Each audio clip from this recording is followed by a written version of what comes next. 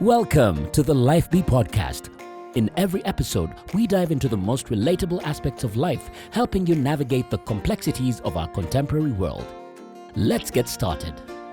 Hello and good afternoon, good morning, good evening, wherever you are across the world. It's yet a wonderful time to be back on your screens, on your tabs, on your phones, and in your ears on the Life Be podcast. Thank you for always tuning in, for sharing and taking this journey with us as we share passionate stories, as we share things about life. And that's why we're called Life Be, because life keeps happening. Life is being all the time.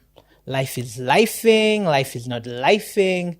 Life is life. But at the end of it all, God has given us life to live, celebrate, and to steward as wonderful children of the Most High God. Thank you for tuning in. You can like, share, subscribe, support us on Cash App, on mobile money, so we can keep doing this. And you can share. We're on Spotify, we're on YouTube, we're on Apple Podcasts, and everywhere you find your podcasts. And this day I have a gentleman that I've known for a few years, that I've admired because he's done something many people don't dare to do. And I just want him to tell his story. I'm not going to tell his story. Since he's here, I just want you to pay attention and listen to some wise words and get inspired to do great things. Ladies and gentlemen, I introduce to you Mr. Muhire Nelson. Yeah. Nell, like we call him. We call him Nell. Yeah, my friends call me Nell. Nell. And the ones who are not sure about how they feel about me may call me Nelly. I do not approve that name. Let's stick to Nell. Yes, Nell, you're very welcome to Life Be podcast. It's an honor to have you here. Yeah, thanks for having me here. I've been following you. I follow you everywhere on all your social media, and I see you doing great things. And I just want you to tell us a bit about yourself. We can go back to where it all started. Yeah. So we have context of who Nell is today. My gosh, where it all started. Yes. Well, in 1986, a child was born. a child was born. Yeah. Yeah. Where did it start? I don't know. Life has many starting points, I guess. But I think, musically speaking, I do have early memories of enjoying music. As a kid, we used to listen to hip hop, a lot of gangster rap. That was our flavor back in the day, in the 90s. Something that looks totally nothing like you. Yeah, in the 90s, my brothers and I we listened to gangster rap. That was our flavor. How many brothers do you have? We're three. We're four boys. I have Okay. three brothers. We're four boys. Okay. And yeah, I can't specifically say that this is where the love for or the enjoyment of music came from. But I just feel like we always had music at home Okay. and easily enjoyed it. But we especially enjoyed hip hop at first, especially gangster rap, Wu-Tang Clan. Oh my gosh. Notorious DMX? B.I.G. DMX was like towards the end of that era. Okay.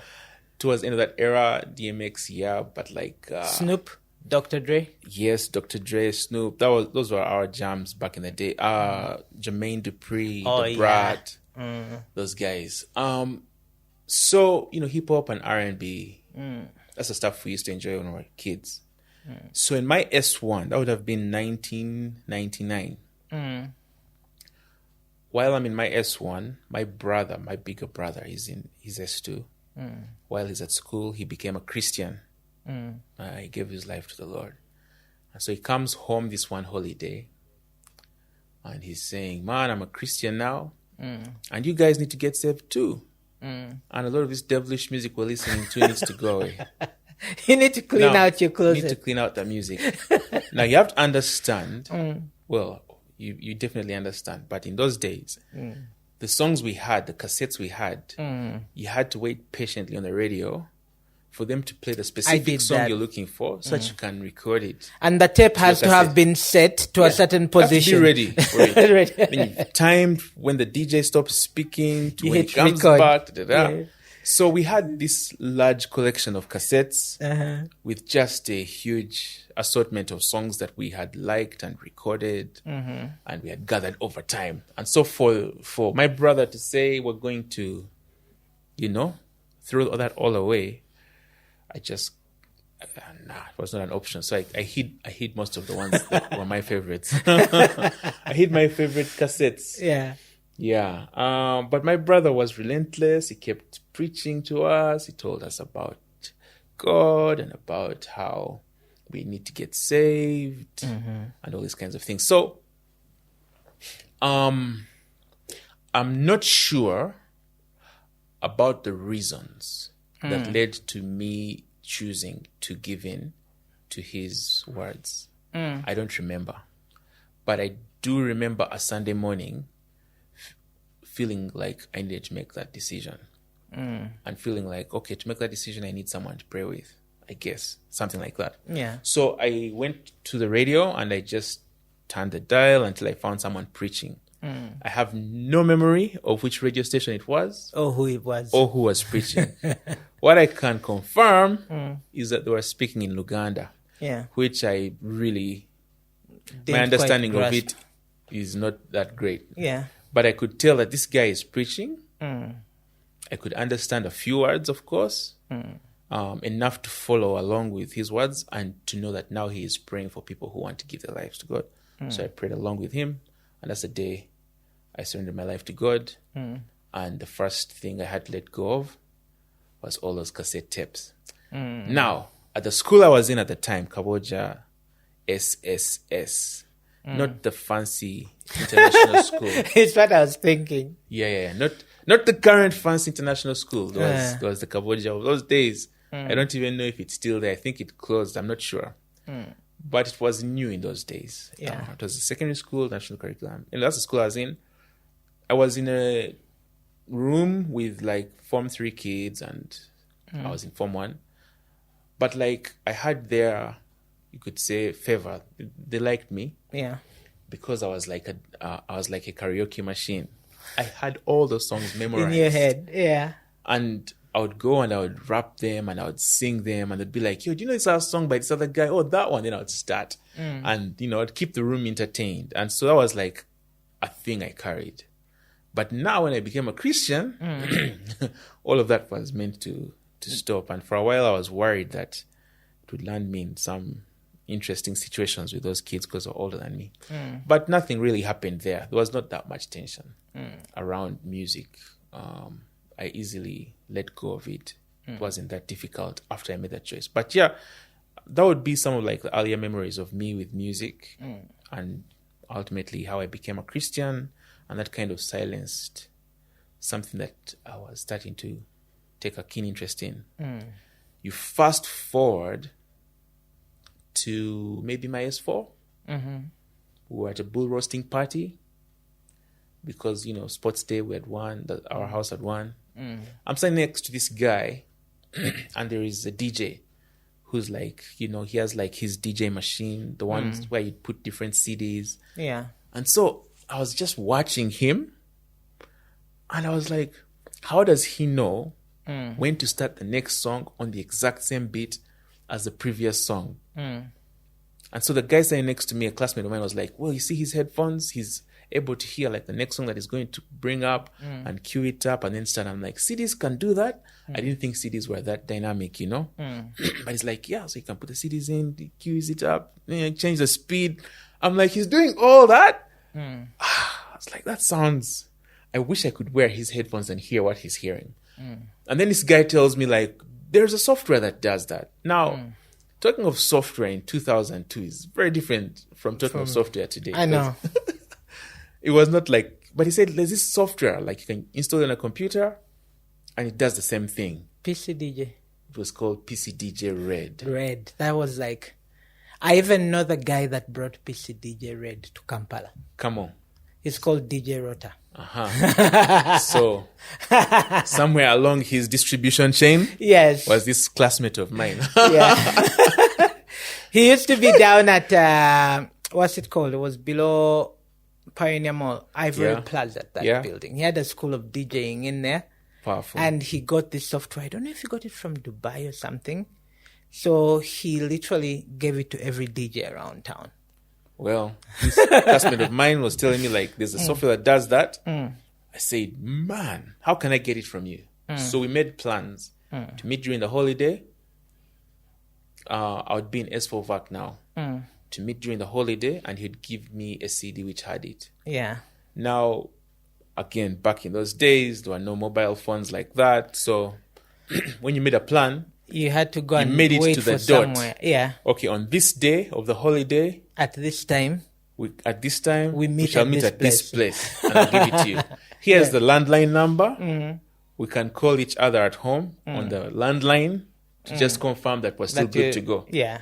But once you've left the house, Nobody can reach you. it is what it is until it isn't. Anyway. Yeah. But we linked up that one time during the holiday, and he gave me that CD. And he said, this has PCDJ Red and PCDJ Silver. Yeah. I said, Kawa, thanks, man. So I took it home, and then it was just an aggressive learning curve. Because we had this computer. What Windows did it have? I don't remember now. It had Windows, something, because this was before Windows XP, so I'm not sure. It might have been But 98. might have been Windows 98. I think it was Windows 98. So we put the CD in. You see PCDJ Red, we install it. PCDJ Silver, we install it. And then there was another thing there, which we did not recognize. And were not so interested in it. So we ignored it, the other software. After we installed PCDJ Red, we're like, okay, now how do we get the music on here? The internet is not there to answer the questions. So we're going to click all the options that can be clicked until something happens. And we're clicking all the options we can click and nothing is happening. I'm like, okay, maybe if I drag and drop the songs, they will appear. No. But this thing says import, so this should be where you import the music from. It's not working. You see, in those days, we didn't know formats and what. Yeah. So it turns out like PCDJ Red wanted like MP3s Yeah. and all our songs were in WMAs because we used to rip them using Windows Media Windows Player. Media, yeah. And we didn't know to like make sure they are. Convert. I didn't even know what an MP3 was. Yeah. I don't, but like the few songs which we ripped off the CDs in the WAV format eventually worked. Then we knew that, okay, WAV seemed to work. So let's see if we can find a way of converting everything else to WAV. So we started learning IT. In those days, you're your own IT teacher, Yeah. Try and error. And so now, look, okay, the WAVs are working. Let's make WAVs. And we started making WAVs and they started working. And we're like, yo, this is awesome. Then a cousin of mine came home this one day and he came with a CD. He said, you see the CD I've brought for you? It has 180 songs. We said, get You're out like, of here, how man. can you do that? CDs have a limit Yeah. of 80 minutes. He said, well, this one has 180 songs. I said, I'll believe when I see. Put in the computer, it had Loads up 180 everything. songs, MP3s, all gospel songs, hip hop. We were like, never knew this kind of hip hop existed, which is Christian, because now you see we're reconnecting, Yeah. with like the stuff we knew. He gave us guys like Mars Ill Harmonics, The Greats. Oh my gosh. It was like Candyland. We're like, this is dope. But that's where we started collecting like Christian music from. Now we had a plug, a guy who knows where to get songs from, and we have a DJ thing. So we started playing games there. We started playing games on that PC DJ thing. And it was fun. It was fun times. Then this one day, my brother has always been they call them what? Early adopters, eh? He's the one who starts things. He moves. So this Martin? No, my elder brother. Okay. His name is Michael. He always goes where no one has gone yet. And he says, this is the truth. And then he goes full on. Then he and the rest of spreads you the will word. catch You're up. like, The rest of you will catch up. And Yeah. to this day, he's still like that. Wow. He's an early adopter. He's a guy who will embrace new technology before it is mainstream. And by the time it's mainstream, he's been there for a bit. He's that type of guy. So my brother, he's like, well, we've seen what the PCDJ thing does, but there's this other software here. I'm going to figure it out. So he installs it. Was it Fruity Loops? It was Fruity Loops. I knew it. But like this one day I come home and he's like, yo, Nelly, come and see. Because at home, everyone calls me Nelly. So my family is the only one allowed. He's like, yo, Nelly, come and check this thing out. He's like, so I figured out this software a little bit. See what it can do. If you do this and that, then you press play, the drum will go dooch, dooch, dooch. It's like, now check. I'm going to click this thing and that thing. Now hear it. Stick it. Before you know it, we're making beats. And I'm like, yo, this is interesting. Okay. I'm not really buying it yet. I'm just like, okay, I guess you can make like a loop. I'm in PCDJ. I'm making mixtapes. I'm creating like mixes and stuff. And I'm recording them. I'm having fun with it. And then the next day he's like, yo, look, I figured out how to put chords in. So if I press this button, this piano comes out. This piano thing. It was called a piano roll. And if I press the keys, now that's the chord of C. Now hear it, ding, and then he's changing chords. Now it's starting to get interesting because we've been self-teaching ourselves how to play the piano. And, it was really intriguing, really fun to try and learn how to play the piano. I had been reading music theory books, so I had quite a bit of knowledge on music theory. And so when he opened the piano roll and started playing chords, now he had you. Had me because that's something I was trying to learn how to do, how to play the keyboard, how to play the piano. So before you know it, I am now using Fruity Loops way more than him. And he was always on figuring things out, then I would utilize. So he'd be like, I found how to do this other thing. If you do this other thing happens. I'd be like, cool. Then I put that in that beat. So like that, I started making beats in Fruity Loops in my S5. That was, which year is this? 2003. I think it was 2003. That's when I started making beats. Now let's jump forward again. Yeah. In my S6, there's this classmate of mine plays the guitar. And I keep watching him play the guitar. Like, that's amazing. I really want to figure out that instrument. So I go and ask him, how are the notes distributed on this guitar? So he starts showing me, there's the semitones, That's the basics of how the guitar works. So I borrow it from him. Remember, I have all this music theory in my head. Yeah. So I go and I use the information as I hold the strings a certain type of way. I go and ask him, is this how you play the chord of C? He says, yeah. I say, okay. I go back. Is this how you play A minor? He's like, how did you know that? This is coming to you so quickly. And like that, I had figured out how a guitar works. And so he would show me some chords. Some other guys would, but on the most part, I would keep trying to figure it out on my own in my S6. Not long after that moment had happened in my S6, one night, I have this really strange, very vivid dream.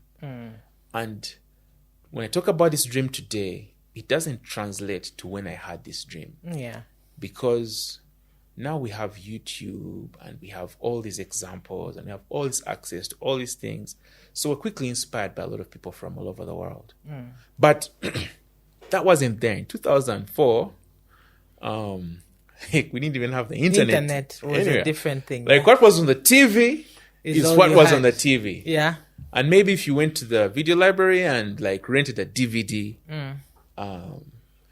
it was even like rare to get DVDs with more than 4 movies, Yeah. Like, it was just a very different time. So I have this dream where in this room, I'm standing on the side of a stage and these guys are singing these songs and the room is out here worshiping God. And I'm very sure that we wrote these songs. It's the strangest dream. It didn't make much sense, but at the same time, it felt really real. Yeah. So I woke up and that dream stayed on my head. That dream has never left my head. I remember it to this moment. Well, I remember it a certain type of way. Anyway. Yeah. So I got our scripture union leader and I tell him, about that dream. And he's like, that sounds like something that you're supposed to do. So I think you should pray about it seriously. And it stuck there. My interpretation of it became, I think God wants me to start a band.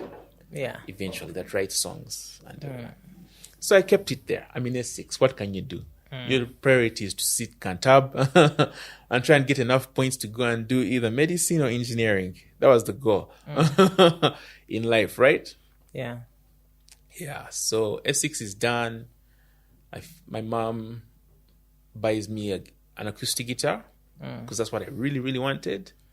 And then that became my life. S6 VAC was me and that guitar. We were Spent a lot of time. always together. I played it all the time. Like, you wake up in the morning, there's nothing to do. Yeah. So I start playing the guitar from when I wake up. Maybe I'd wake up at 7 o'clock until maybe 2 p.m. in the afternoon when I'm going to go to church for fellowship. Then when I'm at church, I'm going to go with that guitar. And during the fellowship, I'm going to try and play along.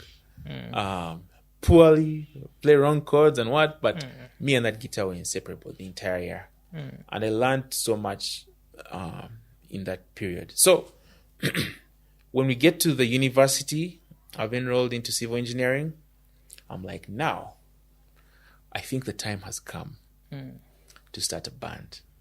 Now, you have to understand the reason I felt like the time had come was before that, how I used to serve at church was we had a dance group. Yeah. We used to break dance. We were called the mechanics. I remember overalls. We'd wear blue overalls and we'd just break dance. That was our thing. But in our campus days, the group looked different. It just wasn't happening the way it used to when I was in my S4. But even like by the time we were in S6 VAC, like things had changed. It had already changed. And we were in the process of coming to terms with the change that was coming. Because initially we started out 3, then we became 6. But by this time, sometimes we'd just be 2 sometimes. So you start to get the feeling like, okay, maybe this is not really happening that much anymore. But this dream was still living in my head, and I knew I need to do it. So I call some friends and I say, hey, I have this dream, starting a band. There was the guy at school who played the guitar and this other girl who were mutual friends, and we're in her room, and I'm like, hey, let's go to Wandegea. There's some stuff I want to tell you about. So we go sit in the corner at Burger Corner. People will not know what Burger Corner is these days, but just know Wandegea was the plug, man. Yeah. And we sat there and I told him about this dream, and I like, we'll write songs, we'll sing them. I mean, between the 3 of us, there was not that much to go off of other than here's an idea. Should we go? We go. And they were like, we go. So we went.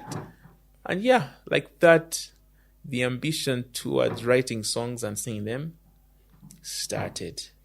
There was nothing career about it. There was no ambition. There was no intent to make it something that generates income or becomes a serious thing. It's just a passion. Bunch of friends who like music. And these are my friends who are happy to do it with me. Let's do it as much as we can. Yeah, that was it. HOP is born. And so like that, we started the HOP band. Before you knew it, the band had like 50 people. It was the in thing. It was the only band of that age group. Yeah, but that's not why it had 50 people. Yeah. It had 50 people because you had, 2 reasons. One is we had friends who would hear, hey, you're doing a thing. Can I be part of it? Then they show why up. not? So they show up. Then you had people who, like, okay, let's go and practice and do a thing. Like, okay, I can't come. And then in your mind, you've painted this picture. For this song to work out, you need someone to do this and someone to do this. So if this person can't come, let's have a backup person for that person. So you kept having backups of backups. You kept backing up the files. So basically you have a choir. But That's a nice only one. that when we're rehearsing, it's Yeah. never a choir. It's always the ones who few are guys. available to show up. Yeah. Yeah, but those were the fun days. Campus days are just special. When you're in it, you don't know that it's special. And then you did a song called Special, right? So we did a song called You're Special. You're Special, yeah. Now that song, I made that beat when I was in my S6, I think. Really? Yeah, because I started making those Fruity Loops beats in my S4 VAC. And so we kept going, making new beats. And so one of the beats that I eventually made was that exact track for Special in my S6. Okay. And what happened was, one of my really good friends at school, a guy called Joshua Masiko, and myself, we had this friend who was going through a bit of a tough season in her life. A lot was happening. So we just wanted to give her some encouragement. So we wrote these words. Then I went home, made that beat. I got these, those headphones which have a microphone like this. Yeah. Got one of those Multimedia headphones. We used to connect it through our sound blaster, sound card, and then find a way of forcing the voice to be there. Yeah. And so I recorded the song. I sang every part, and put all those things. But that song was recorded on that thing. Not yet.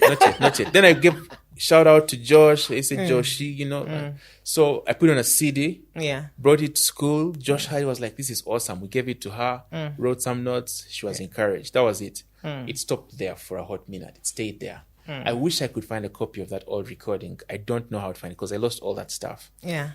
But I kept the beat stayed alive. And then much later, I re-recorded it. Yeah. At home. Now, how we got to that re-recording of that song, You're Special, is campus life. As much as I keep saying it's special, like it's such an incredible time. It was also a really difficult time for me because what happened is I just did very poorly at school. In all my life, I never did poorly at school like that. I never repeated a class. I never failed a class. But on campus, when I was doing civil engineering, I just started failing. Until I no longer had any motivation to be near the class. Yeah. So in my first year, I was part of a study group. We'd study, we'd read, and I'd feel like I understood what we're doing. I would sit the exams and the coursework, and just the marks weren't as good as barely passing. And normally when I felt confident about a thing like that, I would pass properly. But this time, always barely passing. And then I'm less motivated, so I'm studying a bit less, and now I go from barely passing to failing. In my second year, I failed almost every unit. Wow. We'd do 12 units, and I had like 8 retakes in my second year. So that means I pretty much failed the whole year. Yeah. So at the beginning of my third year, I'm there on campus. For whatever reason, my parents don't know what's happening. Yeah. They haven't asked. There's the trust they have given us. For whatever reason, I don't know, because that was new. There's a trust they had put in us. And I was failing and they didn't know. So I'm starting my third year. And I'm like, look, this is a bad thing that's about to reveal itself. So I get my phone. Now we had those mobile phones. I send a text to my dad. I'm like, things are not working out. Like, I'm not doing well. I don't know if I can finish the course. Yeah. Then I switched off the phone just in case he calls back. Because, you didn't want to have the conversation. No, I didn't want to deal with the disappointment. Anyway, so let me fast forward through it. We go back and forth. I connect with him. Let's go and try and make it work. But it's not working. It's just a lot of misery that happens in there. I'm disappointing them. They're trying to motivate me. Until in the end, everyone is just scared, I guess. So you give up campus? I didn't give up campus. I asked for permission to take a dead year. Oh, okay. And my dad is like, well, okay. What to do? If that's what you need. But there's also a sense of, like, now looking back, I understand that was a sense of anxiety, like fear for me. But what it felt like to me in that moment was he has also just said, you know what, I Jam, give you up. quit. That's Yeah. in that moment, that's what Yeah. it felt like. And I felt like a proper loser. I've completely failed. I'm useless. Nothing special here. So now I'm sitting at home Doing nothing. doing nothing. I hadn't used Fruity Loops since my S6 VAC. Since my S6. Because when I started playing the guitar, it became the thing. Yeah. So during that dead year, I start to remember that I used to play with these things called Fruity Loops, and there was a thing called Cool Edit. Yeah. So I look for that software, I find it, I install it on the computer, and I'm like, what the heck? May as well just play with these tools here. So I start playing with them, and I'm thinking, I'm doing this stuff, but why does it need stuff like the music I like listening to? Why does it sound as good?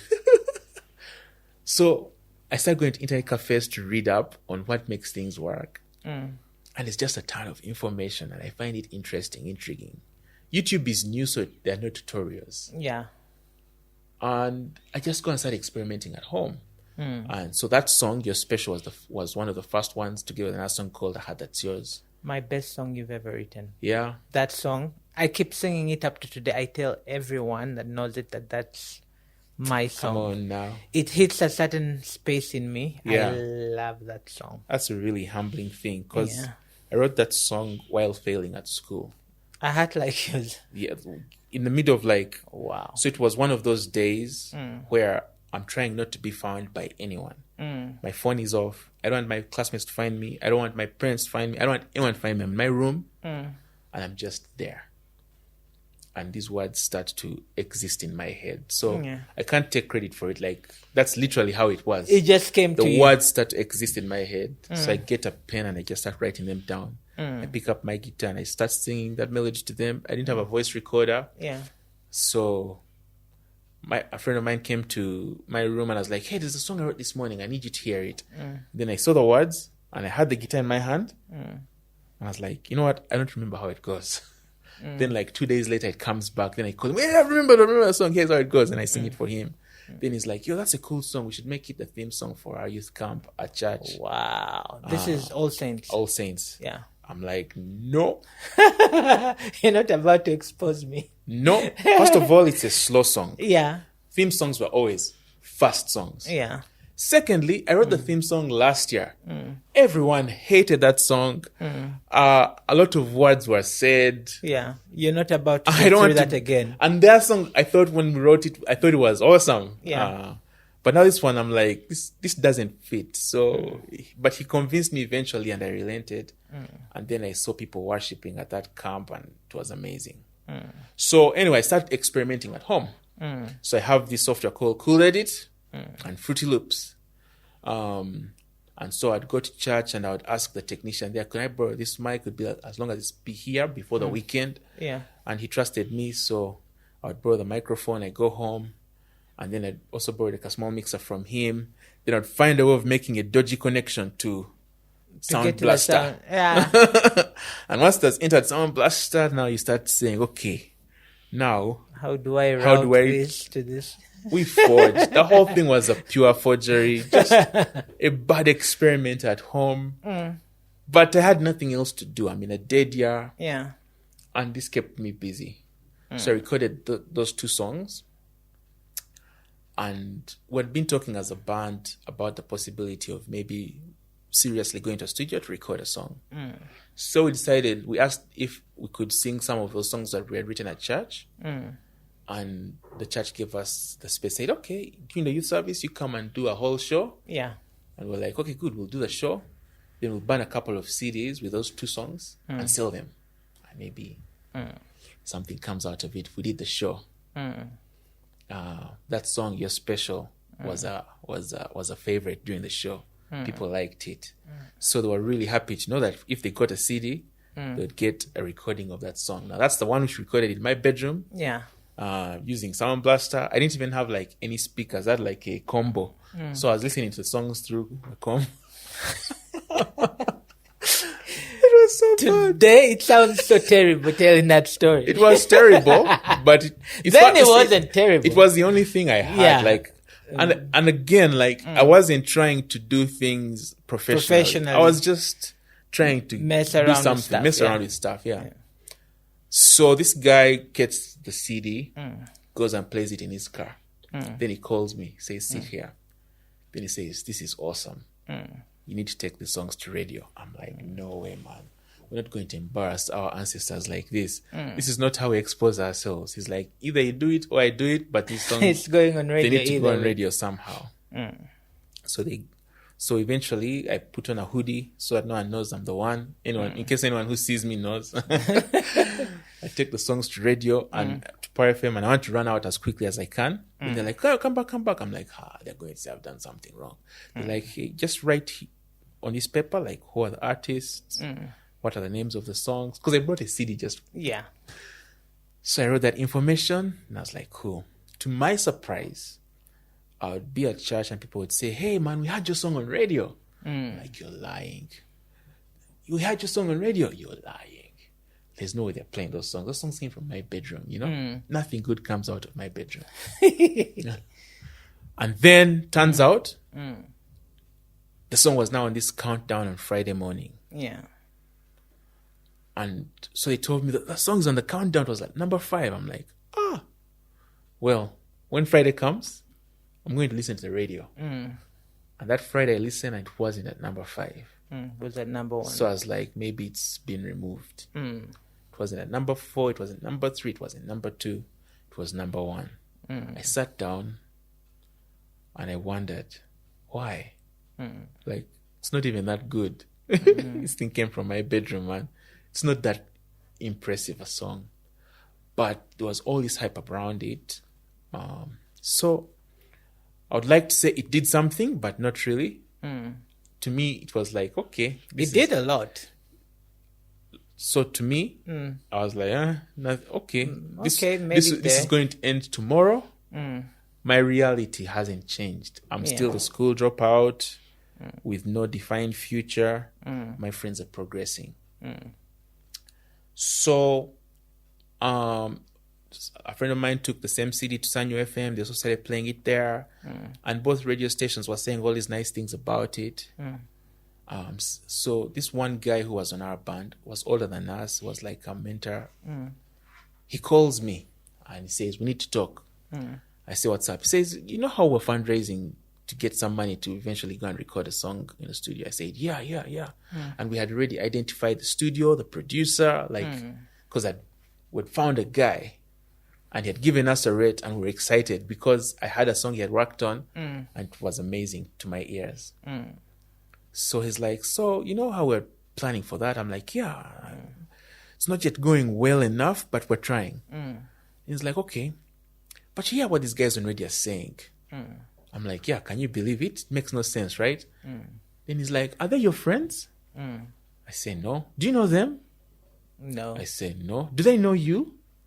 I say, "I don't think so." As a matter of fact, the guy who took the music to Sanyo FM, they made him sit as they listened to the song, and then they booked us for an interview that Sunday. Oh, wow. And then, because we were on that interview on that show on Sunday, Pablo had that interview, and so he knew that if he called that lady, He would get you. He would get our contact, Yeah. and then he would have us on the show at Power FM.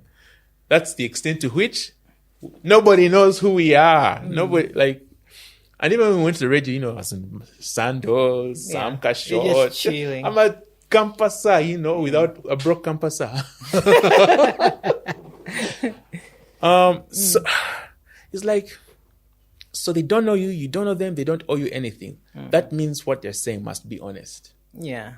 And I'm like, I guess so. And I'd never thought about it that way. Then he said, and if what they're saying is true, then why do we want to hire someone else to work on these songs? Because what they're saying Is that the is songs that are this good? is the best stuff they've had. And what that means is you're the best one to do record it. these songs. Yeah.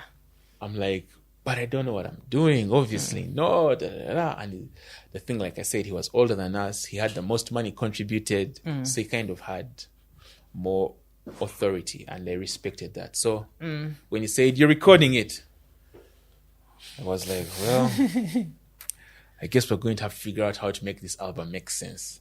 But I stayed in touch with that producer. I talked to is a guy called Richard Kasika, Roy Kasika's brother. And so we talked a couple of times, and he was really kind. He gave me good pointers. He said, "Look, I like your sound." I was like, "What can I do to make it better? Maybe you could try this, try that, you know?" So, yeah, we recorded the rest of that HOP album in my bedroom. Wow. Using the same tools. Sound Blaster, Sound Card. Along the way, my brother traveled to the US for like a exchange program thing. And my mom was willing to spend Invest some a money. little money. So we bought a small 1-channel M audio interface. One channel. Track. Yeah, you know it has like 2 channels, but like 1 XLR and 1 jack. Yeah. So yeah, one microphone channel. So small M audio fast track. Yeah. So of the I think there were 10 songs on that record, on that album. I think there were 10 songs. Of the 10 songs on that album,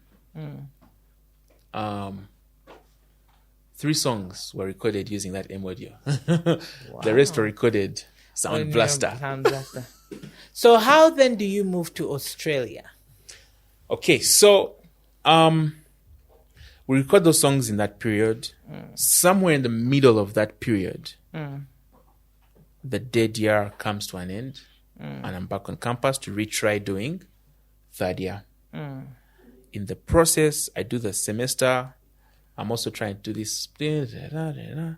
I'm just in a happy place now. There's a song we had on that album called Trust in Him. It was written off of the Israel experience of Exodus 14, where they're at the Red Sea, come to the Red Sea, and they see Egypt's army coming to consume them, to destroy them. And they begin to complain. They say, "Moses, why did you bring us here to die? We're better off being slaves alive in Egypt." And then Moses, without God telling him anything, stands up and he begins to encourage the people of Israel, even though they don't seem to be listening to him. Yeah. And he's telling them, "Look, man, the Egyptians you see now, you will see no more. The Lord is going to fight for you, and you're not going to need to do anything. But you're going to see the deliverance of God." So we wrote that song. It's called Trust in Him. It literally just tells our story. I'm standing at the crossroads. Red Sea is before me. Friendism is coming for me. Da, da, da. Yeah. And so my theory is that because that's one of the songs I spent the most time working on, that those words of God, because scripture, that we were speaking, that those words of God began to work on me. And I didn't know it. Oh, okay. But that's it was as though you were speaking to yourself. That's my understanding. Is that in that dead year, while I was doing nothing, all the songs we wrote were really scripture based. Like we were so intentional about that. We had a song called Psalm 91, which is from, guess what? Psalm 91. And it said, "He who dwells in the shelter of the Most High will say, You're mighty." Under the shadow of the Almighty. We wrote those words. And like, those are the words that were always in my ears, always on my lips. I was thinking about them when I would go to sleep. I was thinking about them when I woke up. I was thinking about them all the time. And it changed me because now when I went back to campus, I wasn't any better than I was when we got the dead year in terms of school. Yeah. But I just wasn't scared anymore. I didn't have a solution. I just had no fear anymore. I had this sense of things are going to work out. So you went back to Makerere? I went back to Makerere, did one more semester, and guess what? I failed all of it. Again? Yeah. So that's when you got the idea, I could maybe try something else. No. Yeah. I had no idea. How did it happen? So what happened is my brother was working at the university. He had finished. At that time, he was still working at the university. So when our results came, he got my results first. Before anyone in the class had their results, he was able to get my results. And instead of talking to me, he talked to my mom. And so I'm there chilling at church and I get a call from my mom. And she says, so I have your results. And Your heart just dropped. I'm like, well, it's about to get serious again. And then she says, they're not good. And obviously I'm just quiet. Then she's like, do you really want to do this course? I don't know where the boldness came from, but I say, not really. In my whole life, I would never say something like that. In my whole life, the answer would be, I'm going to keep trying. I'm going to keep pushing. But I think we'd been in this space and the tension of this space For too long. that I had finally come to the point of saying, not really. Then she said, what would you rather do instead? Now, if she had asked me that question any time earlier than that, I still wouldn't know what the answer was. But now, for about a year, I had spent it researching, reading up, because I spent hours in the internet cafe downloading articles to go and try out stuff at home. Yeah. And I fell in love with this idea of audio engineering. So I also I don't know where the courage came from, but I just said, audio engineering? Then she said, okay, we'll talk later. My dad was out of the country at the time. So they talked on the phone. The way I remember her telling me the story is that at first he was like, what is that? Anyway, we'll talk later. And then a couple of hours later, he calls back and they talk again. And now he has he's like, okay, let's figure it out. We'll make it work. So by the time I get home, all of that has transpired. Okay. And They've my mom read up on it and did the little research. So what had happened was that my dad was in the US for a work thing. And so after my mom told him about our conversation, he was like, I don't know what that is. Well, it's a stressful situation. I was a source of stress. But then he talked to the people he was with. And so when he mentioned, they were like, oh, that's a great course. That's a great program. There are like so many career options that come from it. They gave him encouragement. More knowledge and all that. Yeah. And they gave him encouragement. And so he called back my mom to say, okay, it doesn't sound like a bad idea. We can see how it goes. So on that day, it was official that I was no longer at the university doing civil engineering. And so we're going to start.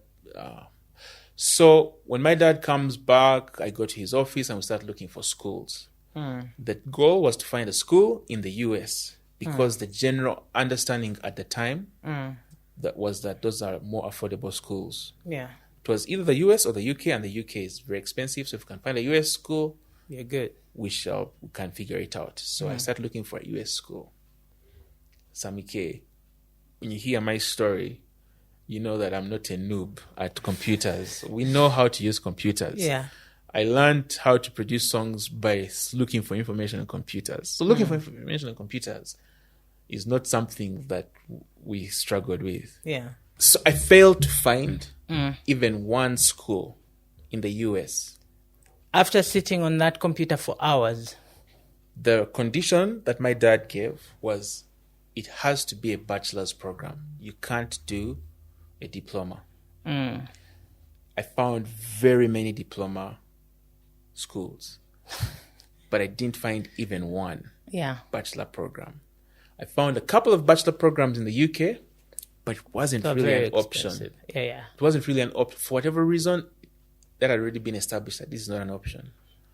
Then I found this school, and it had campuses all over the world. In the US, in the UK, many countries. But all its US campuses only did diplomas. So you were stuck at that. So I just clicked, okay, looks like they also have an Australian campus, Sydney, Australia. So I clicked there, and there was a bachelor's program. And now, because of my participations at church and everything, I thought, how cool would it be to be in the same city as Hillsong, which inspires me a lot. So you go to Australia. So I tell my dad, what do you think of this? He looks at it, scrolls through, reads, says, yeah, this is good. Apply there. And that's where the process for going to Australia started from. Yeah. So you do a bachelor's. That's about 3-4 years?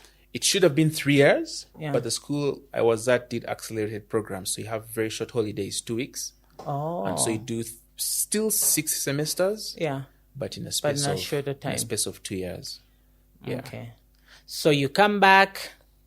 You're now a sound engineer. You start your studio C19. Yeah. Do your thing that you loved. Record music. Then, to my interest, how do you start Collective? Because when you started out, it sounded like it was a band. Yeah. Then it all of a sudden just turned into something else. Yeah. So Yeah. while I was abroad, Yeah. the first year was just you're having a great time because this is it. This is the experience. You're around machines This is that the you don't even know. You're seeing new things. Come on now. It's all exciting. It's all discovery. exciting. Yeah. But towards the end of my last year, I begin to realize that it's coming to an end, and I'm not sure.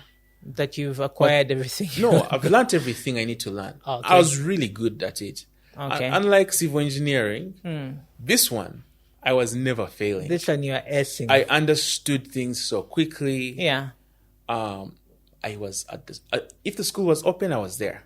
Okay. If the studio was open, I would max out. been there. I would max out my studio hours between Monday and Tuesday, and then I'd spend the rest of the and week. the hours for the whole week. Yeah, and then I'd use the rest of the week Yeah. utilizing other people's studio hours.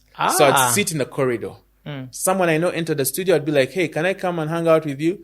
Cool. Then I'd enter. Then I'd be like, "Hey, can I help you with that?" Before you know it, I've run their whole session. That. So you had coaching of your own. I was in the studio all the time. full time. Like Yeah. if I was in the studio, I was at church doing sound things. Like So you learned as I much as immersed you myself in that space. I was hungry for it.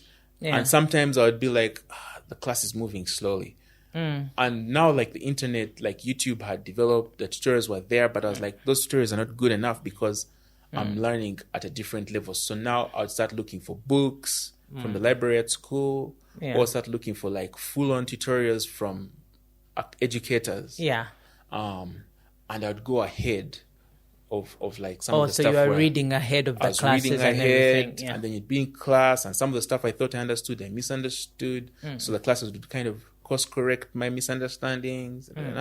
But I was really invested in it. I really wanted to get good at it. So that wasn't the issue. The issue was I wasn't sure I could do anything with it. You couldn't apply it. Yeah, like anywhere so when once you I got finish home. this, Yeah. and I come What back next? home, who's going to employ me? I'm an audio engineer. Who's looking for audio engineers? They just want sound men at church. So yeah, so Yeah. I got really anxious, and I wrote some of my favorite songs to sing in that season. But what happened is I prayed about it a lot. This one day, I go to church for this conference, youth conference, and I have one prayer. I'm like, God, if you could just tell me what happens next, that's what I'm going to do. While I'm on the bus, there's a shuttle, the church bus that's taking us to the venue. I'm sitting at the front next to this guy. He's telling me about himself. I'm telling him about myself. We're exchanging life stories. Then he stops me and he says, man, God has just put a word on my heart for you. And he begins to prophesy. And he's saying, man, I feel like God is calling you to do youth ministry in your country. And it's going to be special. It's going to be huge. It's going to be significant. Many people are going to benefit from it. I was telling him about my dad and how my dad is generous and how he's just a legend in our village. He does so much for the community. Yeah. And so he was picking off of that. It's like, man, like it's going to be that significant. The way you admire your dad, many people are going to benefit from it. And I said, cool. I left it at that. We reached church. So that was an Australian guy. Now, Sydney, Australia is a very multi-ethnic city. You throw a stone, you hit a different country. That's it's very multi-ethnic. So the first night at the conference, I'm seated next to these guys. We have a worship moment. We finish. We're praying, and now there's another guy. I think he might have been from Singapore. And while we're praying, he tells me the same stuff. The next day, during a different session, I'm sitting next to a different guy. I think he was from South Korea. During the prayer moment, he says the same thing. On another day, another session, American guy from Washington State. Same thing. Says the same thing. At this point, I'm like, God has gathered the United Nations to talk to Nell. to tell me that I need to do the this. next chapter of my life is It's here. going to be very significant. It's youth ministry. And as I prayed about it, I felt the confidence that the band we started was where it was going to start from. HOP band. It also happened to be at the exact same time while I was away. During that season, the band never stopped this side. They kept already doing like school outreaches and stuff, and they kept doing that stuff. There was a friend of mine called Tom Okech. He had a room there in Mitchell Hall where it became central station for all the stuff we were doing while he was on campus until he left. And so around that time, this older guy, a friend of ours called Thomas Alinightway, he had organized like there was this thing by the private sector fund, a youth business competition. And so he got the guys involved in it. And one thing led to another. We won, and the prize money was $10,000. Whoa. So they used that money, they bought a computer, they rented the spot. All this is happening while I'm in Sydney saying, God, what's the next chapter of my life? Wow. You get it? So the groundwork is being done without It's even being done. noticing. I had zero contribution to any of that.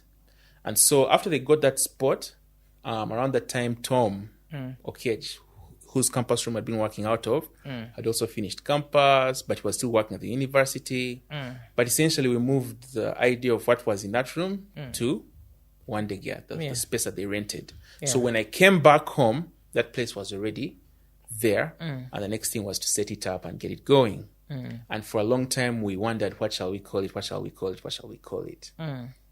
So my brother, that song I told you about called Trusting Him, my brother and Tom, one of those days on campus, while I was abroad, they decided to remix that song. And they were in his room at Mitchell Hall. So my brother goes, remix edition, HOP, yeah. It's like being a hype guy on like a remix, has this beat, and then this room on campus, and he goes like, never thought it would come to this. But here we are in C19, because that was the room number. So when we started the studio in One Day Gang, we jumped around all kinds of random names. We thought of calling it Bedroom Records, Bedroom Studios, because it has always been a bedroom issue. Yeah. And we wanted to keep that. And Ogutu, David, is the one who's like, man, C19 sounded nice. And I was like, you know what? It does. And it's a bedroom. So it matches. So we kept bedroom, room, C19. So that's how we kept C19. Campus room number. Yeah, Mitchell Hall. So when I came back, all of that was there, and I had this dream. I wrote it down on my phone. I had some songs I had written. We started working on those songs with the HOP band. We'd make some progress, then we'd lose momentum, then we'd move, then we'd move. It was that type of thing. Everyone was in a transition phase. Everyone was finishing campus and finding work or something. Like just everyone who was solidly in the band was also in some kind of transition. So it wasn't smooth sailing per se, but it wasn't tension either. There was always a sense of we know each other, we stayed in touch with each other and stuff like that. And then fast forward. So these songs were working on this new album. It was meant to be called Broken Strings with 11 songs. So out of the 11 songs, 5 of them made strong progress. Like they were more or less getting finished. And then the other 5 were not yet. We'll work on them. But it took a while because we started in 2012. So now it's 2014. That's 2 years. I got married 2013.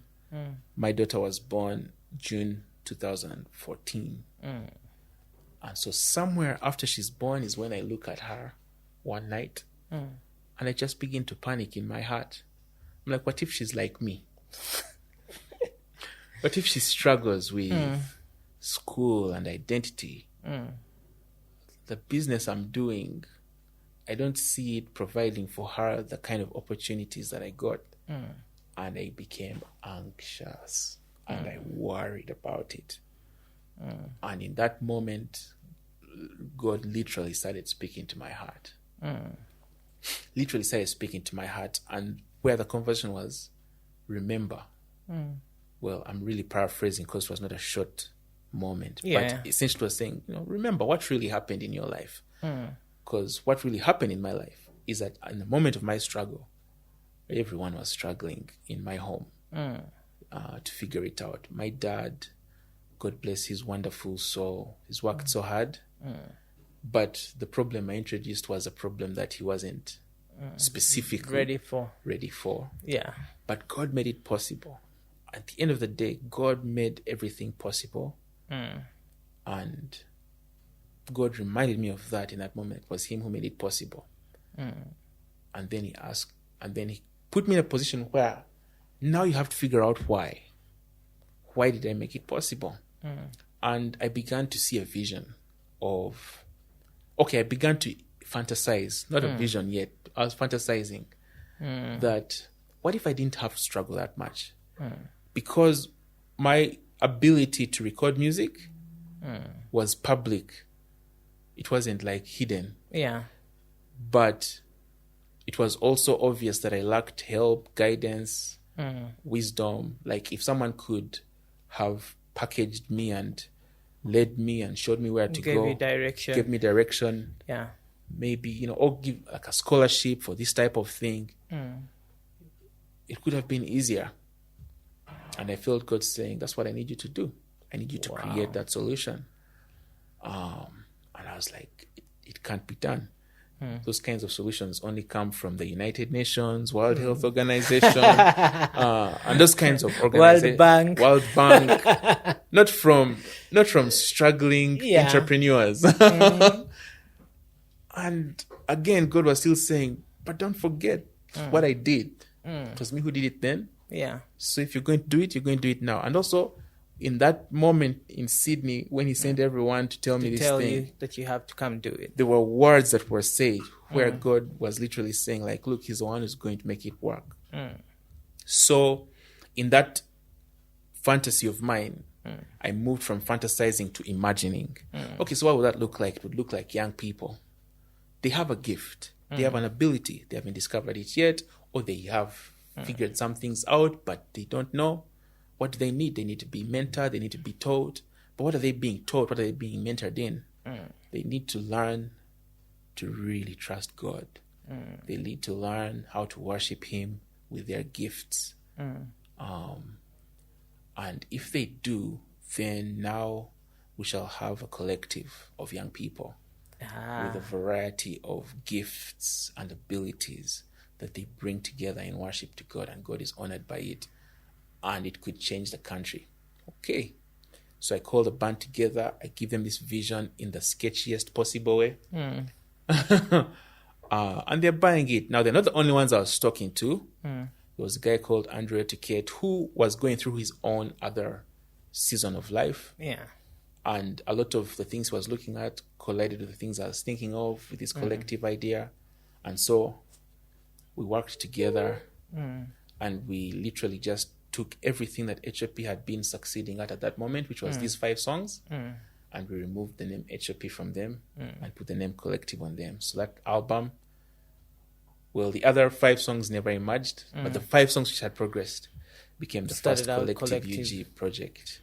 Wow. And that's how the transition started. Now, it was obvious to me that this is no longer a band thing.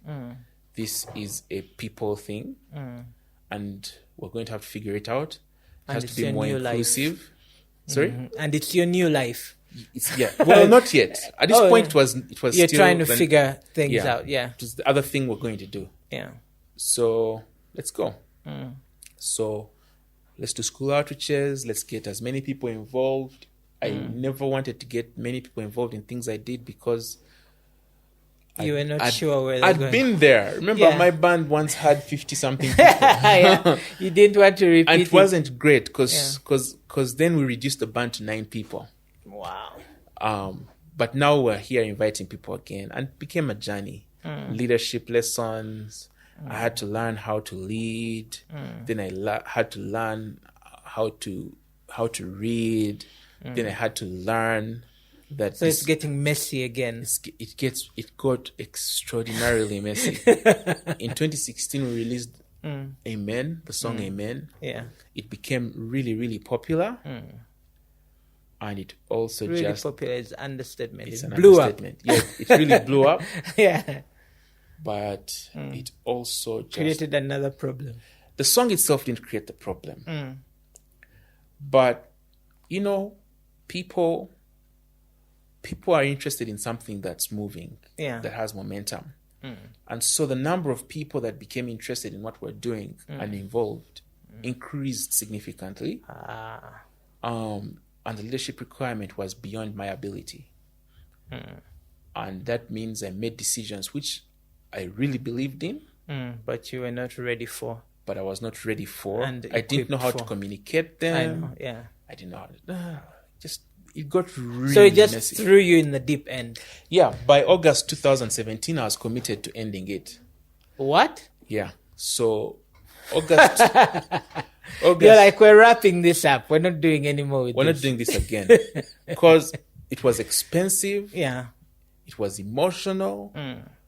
It was Very stressful. so stressful and not rewarding in Yeah. any way. At least I couldn't see it. I would say, well, I mean, the dream that I had in that fantasy, this is not it. Because this just feels dysfunctional. We're quarreling about things. Fighting what? all the time about different things. Let's just stop pretending. Let's end it. It's not working. And so I told the team, hey guys, I'm going to take a couple of days off to seek the Lord, and then I'll come back. Will you allow me to do that? They allowed me to do that. I was lying. What I really meant I'm was, running from I'm going this. to first take like 2 weeks off. When I come back, I'll shut it down. I'll have figured out the best way to say, Pack your bags and leave. It's time done. to end this project. It doesn't work. While I was doing that, God found me loudly. I at first I wasn't praying. I was just complaining. And then this one day I'm at church. I'm seated with my daughter. No, my daughter is seated on my lap. She's sleeping on my chest. This girl comes and sits next to me. And then she leans over to me. And she says, I've been walking here looking at you, and I felt God wanted me to tell you that He's really excited about the things you're going to do together. And I'm thinking, that makes no sense. There's nothing Because to everything I've tried to do has failed, serving God. But at the same time, I needed encouragement that God cares. Because now I'm not sure I can even talk to God, So when she said that, I was like, thanks, I needed to hear that. Then she went like, really? Because I didn't know if I should tell you that. I was walking here. I felt it strongly in my heart, but I was also like, I don't know. Is this a thing I can say? So when she responded like that, I knew it was a God thing, because she didn't just come. Yeah, she She didn't know worked you like up the that. courage. Yes. She knew of me, and maybe that's why she needed to work up the courage to say it. But it was her realization that her words actually meant something to me. Yeah, That that made it wasn't me her. realize that, no, she's not just she was actually also seeking God and trying to be obedient. So I started praying. I started saying, God, you know what? I have questions. I'd wake up in the morning and I'd start walking from my house, walk down Metroplex all the way till Nigeria, come round, back. And I'm thinking, God, look, this thing doesn't work. These guys have said that. The other guy has said that. The other person has said that. That's not what really happened, but it doesn't matter, because now everyone is disappointed and I'm also disappointed, and it's my fault. And then I'd go home, I'd open my Bible, boom, the answer would be right there to whatever question I asked that day. So I would write it out. The next day I'd walk complaining again to God. A story that really amazed me is Jeremiah. He's complaining because he got beaten. He was bullied by the by the priest's sons. And after he had been bullied, he complained to God. He said, God, you tricked me. You are stronger than me, and you tricked me.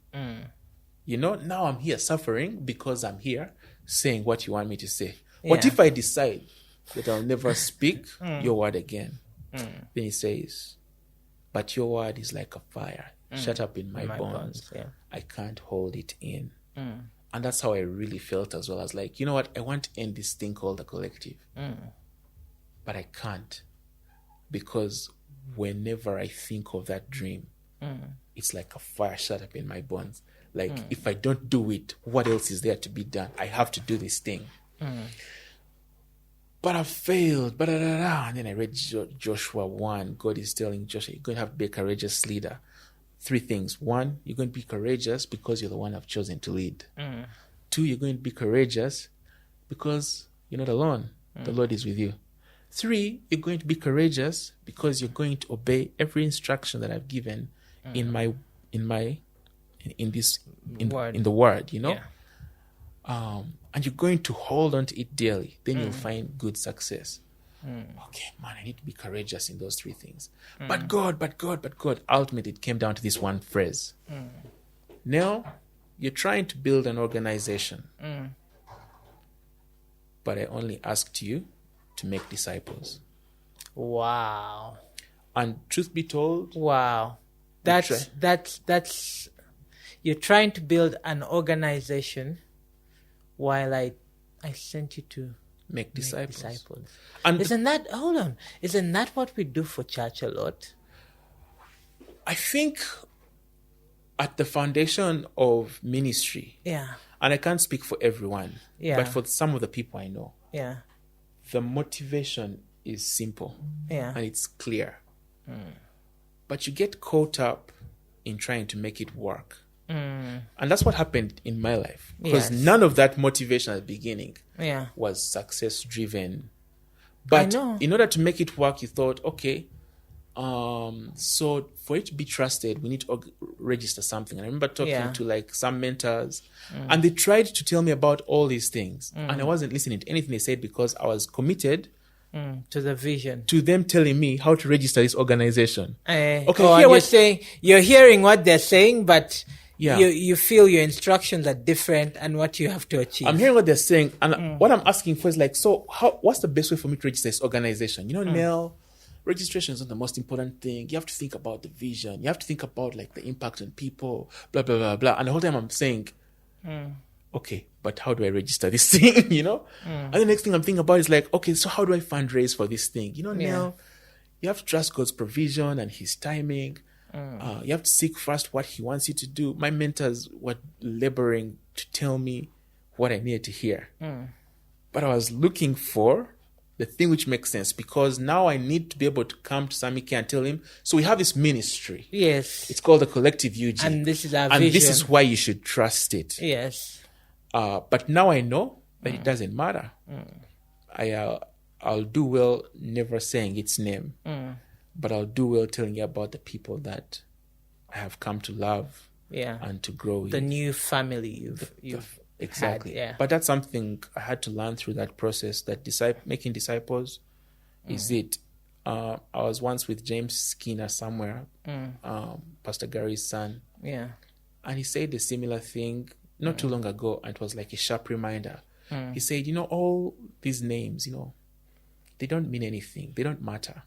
They'll pass away. The only name that lasts forever is the name of Jesus. And that's what we have to remember. That's what we're trying to do, to make his disciples. But we make these organizations, these names, because it helps it make sense to different people in the world of people that we're existing with. But we can live without. If we could live without the names, it would be better. But it would be difficult to explain it.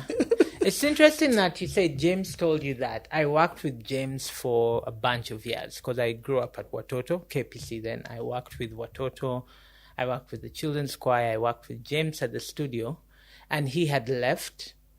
Then he came back and he said to me, the reason why I came back, I felt like I didn't leave someone here when I left. Then he said, I'm back so that I can leave somebody in the studio. And I was like, wow, that's beautiful that he would think I need to disciple somebody to take on this so that I don't just go away. And that's so beautiful. So now you start to disciple young people, and then, because I came for, I don't know, it probably was your second or third meeting at Nakasero Primary School. This should have been, what did that? Well, it was about 2017. Yeah, that would have been in the dysfunctional era. No, but I was blown away by what was going on. Yeah. Because for me, I have a heart for young people. I've worked with a bunch of young people in different spaces. I remember one day when I was much younger at KPC, then they said, you know what? We want you to be a youth pastor. This was my youth pastor telling me the church was expanding, and I laughed so hard. He said, look here, because I was his assistant in the youth office then, Pastor Mark Chigoze. And he said, look at the things you're doing. Because for me, I was excited to work with young people. I was young and things are happening. I love music, but I'm helping put structures together, doing cell groups, and it's exciting. I love young people. And then he said, we want you to be a pastor. I laughed in his face. And I told him, Pastor, the title pastor is not a thing for me. Right. Me, I am going to be a musician. And it's like, now you want to travel, you're working with Watoto, you want to travel. But I feel like God is calling. I didn't even want to listen to him. Because for me, pastor, I was like, that's not fun. That sit there, tell people what to do and all this, preach at people. I wanted to be with the people, and it was the young people. But I didn't notice it's what I was actually doing in his office. So when you started those meetings, for me, I came alive because that was my space. I used to come up there, and it was so beautiful because it was something different. It wasn't church, because in those times it was you'd only find that experience in church, youth ministry at this church. But that was a space that all young people could come and worship God and connect and interact, which I felt was something so beautiful. Yeah, it's a gift to be able to do that. And the transition since then, every year has been asking the same question: how do we disciple young people? And it got confusing all again because, everyone has an opinion of what they think it should be. That was going to be my next question. Go on. So there's people who have said, so is this going to become a church? And while I can't give a definitive answer on that. Because I'm trying to do whatever God tells me to do. Exactly. So I can't say where we're going beyond what God has allowed me to know. Okay. So you only go as far as what you see. As what God has revealed. And man, even right now, I'm praying for revelation to understand it. But one of the things that became fairly clear in during the lockdown days was because I kept asking God this question over and over again. So maybe this, everyone is saying that, and the idea of a church structure makes simpler sense. And there'd be a simple no. Every time we say that prayer, there are people who we got to disciple and they've grown through it. And I've grown to love and trust them to the point of now making them overseers over the thing. And they're great people. And when I'm confused about vision and where we're going, I talk with them. And they simply say, that's not something that we've been seeing. During lockdown, it was clear. Like, I think I learned this about vision from them in this sense, that as a visioneer, you have what you're seeing. But then when you start to disciple people, when you start to share your life with people, there is how the dream and what you're seeing starts to leak out of you, and they're experiencing it. And when they tell it back to you, how their growth is being influenced by these things that you said in intimacy, in just our connection. One-on-one, you start to hear your dreams being spoken back to you. And you're like, that's exactly what I've been dreaming of. And I never knew how to say it until you said it. And so as they spoke, a lot of what has become important in terms of the current foundation of the collective UG, our values, our mission, they became established in that space. One of those things being like, this ministry serves young people. Yeah. It's nothing, it's not demographically divisive. It's nothing to say that old people are this way or, but this ministry is for young people, and it serves a purpose in a season of their life. Yeah. And that also means that they have to move on. To grow out of that space. They have to grow out of it. So it's they come in, get discipled, and go out. They come in yeah, a certain type of way. There are opportunities for them to connect with what we're able to do. And hopefully they get discipled intentionally in the process, and then they move on. And we pray that whatever seed is planted can grow and produce fruit. And in a lot of ways, I've seen that now, because we're talking like between 2020 and now there's 4 years. And it's incredible, like the individuals who come to mind, and I can say, yeah, this guy, remember when he came? Yeah. I remember the first time that guy held a camera. I'm seeing the work he's doing, and it's awesome. And far away from the space where he started, but he's thriving, and I can hear his language and God speaking through him. It's awesome. So the discipleship is happening, and people's lives are being changed, and I can say their names. Like that was like the mark for me. I remember someone said it that way back in 2018 when I was asking the question, what does it mean to make disciples? What does that really mean? Which book can I read? Who can I talk to? And I have mentors who are great at making disciples. And someone said, if you can't say their names, you're not discipling them. Yeah. Jesus comes down from the mountain, Luke chapter 6, and he calls them out by name. Yeah. If you can't say their names, you can't say, right now I'm discipling so and so and so and so and so. You're not discipling anyone. Because actually the names show proximity. Yeah, like, so this guy, this is the person I'm discipling. When is the last time I talked with him? What is he worried about today? What is he praying about? I need to check in. Yeah. I need to talk to him. I need to keep him close. I need to keep her close. I need to do this. So, yeah, that became a lot clearer in those lockdown days. So right now, that's not an ambition. But other things that got clearer is like, we love to teach. Yeah. We love to teach. We do well when we teach.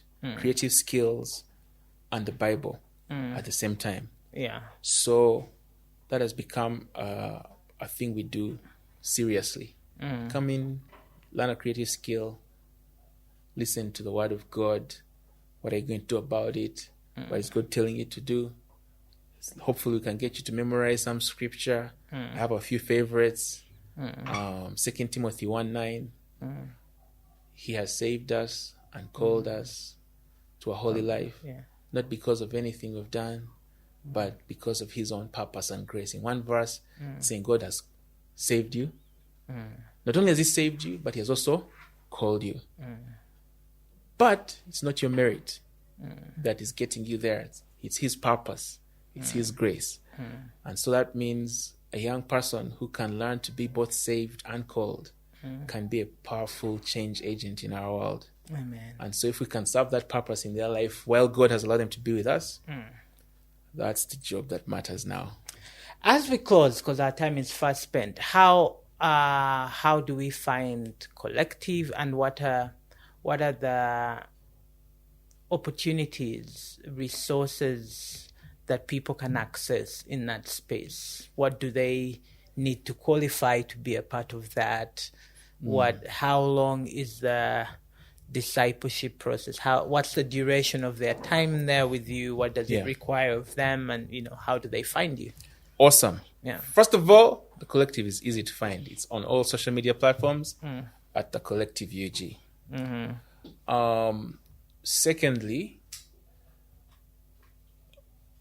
we have programs that we run that serve different functions. One of them is we do school outreach. School outreach is like a result. One of them is we have teams.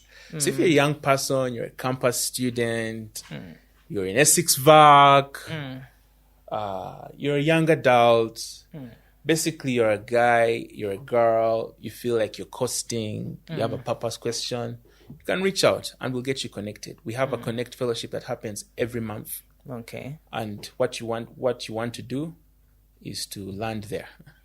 We'll get you connected, add you to a team. Age group?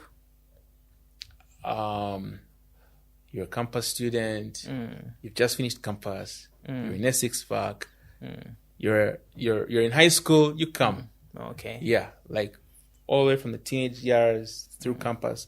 The majority of the guys that hang around we try to facilitate something for that age group from the teenage years to young adults. Yeah. But you come in, we'll add you to a team. That's beautiful. On those teams, you get to learn a creative skill. You might be put in media, you might be put in music, sound, you might be put in production design. We'll put you on a team. That team will have a creative thing to it, but we'll also keep you connected with the community. Okay. So when we do a lot of devotionals, you'll get access to those devotionals. And there's a discussion platform for it. As a team, you'll meet every now and then, do different things, in addition to the Connect thing. But then we do outreach. So if you're on a team, we're going to send you to a school to do outreach. We're going to go preach the gospel. Yeah. A lot of the guys who go for outreach spend a bunch of time at my home or at the studio preparing for it. Then we go to schools, we do outreach, we come back, we eat together, we pray together. It's good times. That's beautiful. Every school holiday, we have a conference. Oh, yeah. Every single school holiday, we have a conference. There's one coming up in September. And at the end of that conference, we're going to record a new live album. Wow, that's which beautiful. is going to be amazing. You want to be there. I'm going to come. My 100%. Daughter loves you guys. She came for the last conference.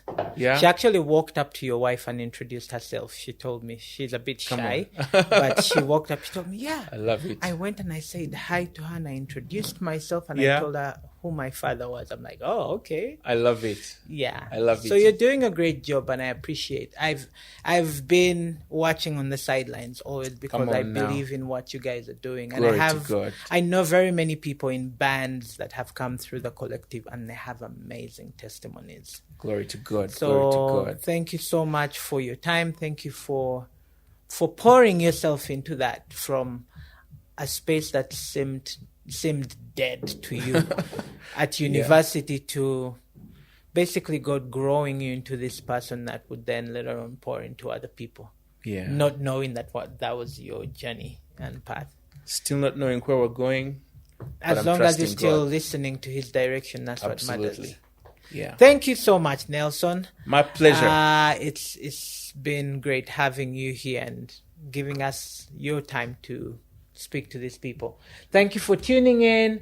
You can find Nelson at Mixed by Nell. Yeah. As a sound engineer, as a producer, as a recording engineer, as a musician. I'm really just a pastor, man. Mixed by Nell. Now he's pastoring. Yeah. And then you can find the Collective UG on their website. Yeah. On all social media platforms and iTunes and all that. They have music, they have videos, they have a studio, they have fellowships, they have everything a young person between teenagers and young adults would highly benefit from. I recommend them highly. Awesome. They've been time tested. They've been, they've been proved worthy to lead your children, your brothers, your siblings to a great space and to utilize their time so they can be productive. Thank you for watching. Share, like, leave a comment, support us financially. We're on Cash App. We're in mobile money. Give and let's keep doing this. Thank you for your time. We love you. God bless you. Life Be. Thank you for tuning in to the Life Be podcast with Sami-K. Your support means the world to us. Please leave a comment, subscribe, and share to help us grow and continue bringing you valuable content. We appreciate you.